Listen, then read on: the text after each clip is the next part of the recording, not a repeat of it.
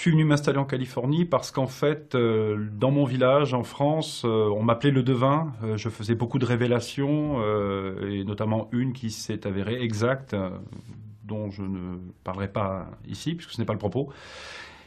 Et il a fallu vraiment que je quitte le pays. Et maintenant, depuis 20 ans, je suis installé ici en Californie et je m'y sens bien. Oh, non, non, non, non. Non, non, là, ce serait vraiment de la science-fiction. Non, non, non, non. Je suis quelqu'un qui travaille avec des images. Donc là, j'ai vu un homme sur la Lune, marcher sur la Lune, arrivant avec une fusée. Voilà. Vous vous rappelez que c'était en 1950, j'avais à peine 10 ans. Donc, on a aussi l'imaginaire de son âge. Donc, une fusée, un homme marchant sur la Lune. Et je disais toujours à mes parents, on va aller sur la Lune en 1969. Alors, ça les faisait rire, évidemment. Ils étaient à la fois touchés, je pense, mais ça les faisait rire. Oui, j'ai effectivement toujours des images, notamment des images très très fortes en ce qui concerne en fait l'énergie nucléaire. Voilà, puisque nous arrivons vers la fin de l'énergie du pétrole. On l'a bien vu, ce qui s'est passé là sur ces dernières années. Et donc on va vers l'énergie nucléaire. Et là, l'énergie nucléaire apportera son lot de catastrophes, notamment en URSS, où je prédis pour la fin de la décennie, avant la fin de la décennie, n'est-ce pas, une catastrophe majeure qui pourra remettre en question l'utilisation même du nucléaire.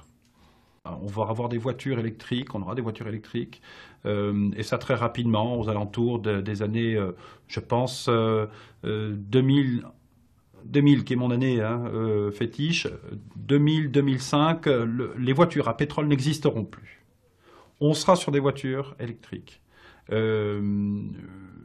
je pense qu'on aura, si ce n'est pas commercialisé, en tout cas, trouvé la solution de la voiture volante, la voiture magnétique. Voilà.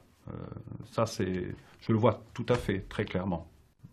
C'est relativement flou. Mais en tout cas, ce qui est certain, c'est que dans la première décennie qui suivra l'an 2000, l'Amérique sera attaquée. Non, non, non, non, non. Il ne s'agit pas d'une attaque à l'étranger, il s'agit d'une attaque sur le sol américain. Il s'agit là vraiment d'un nouveau Pearl Harbor. C'est un bombardement. Et je vois des villes comme Los Angeles, notamment New York, se faire bombarder, New York se faire bombarder, et ce, dans la première décennie qui suivra l'an 2000. Voilà, ça, c'est évident. Non, non, non, mais comme je vous disais, le bloc de l'Est, dans 10 ans, n'existera quasiment plus. Donc on peut imaginer qu'à l'aube de l'an 2000, non seulement ils seront nos alliés, mais en plus de ça, on ne parlera plus, enfin, je veux dire, on ne parlera plus de bloc soviétique. Non, non, non, là c'est très très clair. Les causes de ces attaques et les causes de ces conflits seront d'abord liées à l'énergie. Ça c'est évident, l'énergie, le pétrole, la guerre du pétrole va rentrer bientôt en action et dans pas longtemps.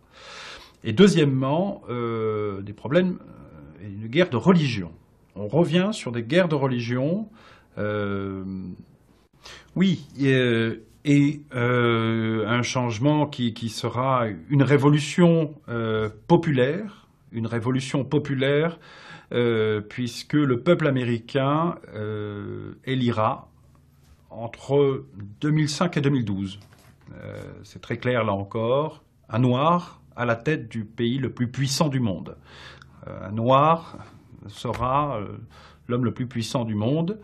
Et ce sera amené par un élan populaire, vraiment. Les gens seront derrière cet homme qui sera accueilli probablement, non pas comme un messie, mais en tout cas comme un sauveur. L'esprit d'un changement pour une Amérique qui aura souffert, je pense. Le monde dans 100 ans. Alors c'est à la fois un fantasme pour moi, ça m'amuse beaucoup, j'essaie toujours d'imaginer, mais le problème c'est que je ne vois rien pour ces années-là, parce que malheureusement, en ce qui me concerne, je ne vois plus rien après 2012. Je ne vois plus rien après 2012, je n'ai pas de flash, je n'ai pas d'image après 2012, parce que ce n'est pas pour rien si je n'ai pas d'image après 2012, alors que c'est quelque chose que j'ai depuis tout petit. C'est soit effectivement ma propre mort, ce qui est probable, je n'exclus pas, je, je- je ne l'espère pas. Soit, parce que le problème, c'est que je vois aussi la, la rencontre, je ne sais pas comment vous dire ça, mais je vois aussi on va probablement rencontrer d'autres personnes. Oui, de rencontres, de rencontres, de rencontres extraterrestres. Voilà, le mot est lancé. Et en même temps, si vous êtes là, c'est pour qu'on puisse en parler. 2012, pour moi, c'est l'année de la rencontre. Euh, je ne sais pas s'il faut vraiment parler de formidable. Le problème, c'est que je pense qu'ils seront tellement en avance sur nous. Vous imaginez, ils viennent du fin fond de la galaxie. Pour l'instant, nous, on était sur la Lune. Mais heureuse, mais c'est un conflit. Vous écoutez ce que je dis. On va avoir la visite de gens qui seront bien plus puissants que nous. Il y a des perdants et des gagnants dans un conflit. Nous serons les perdants. Et je peux vous assurer que si je ne vois rien après 2012, c'est pour une raison bien claire. C'est que l'humanité aura disparu.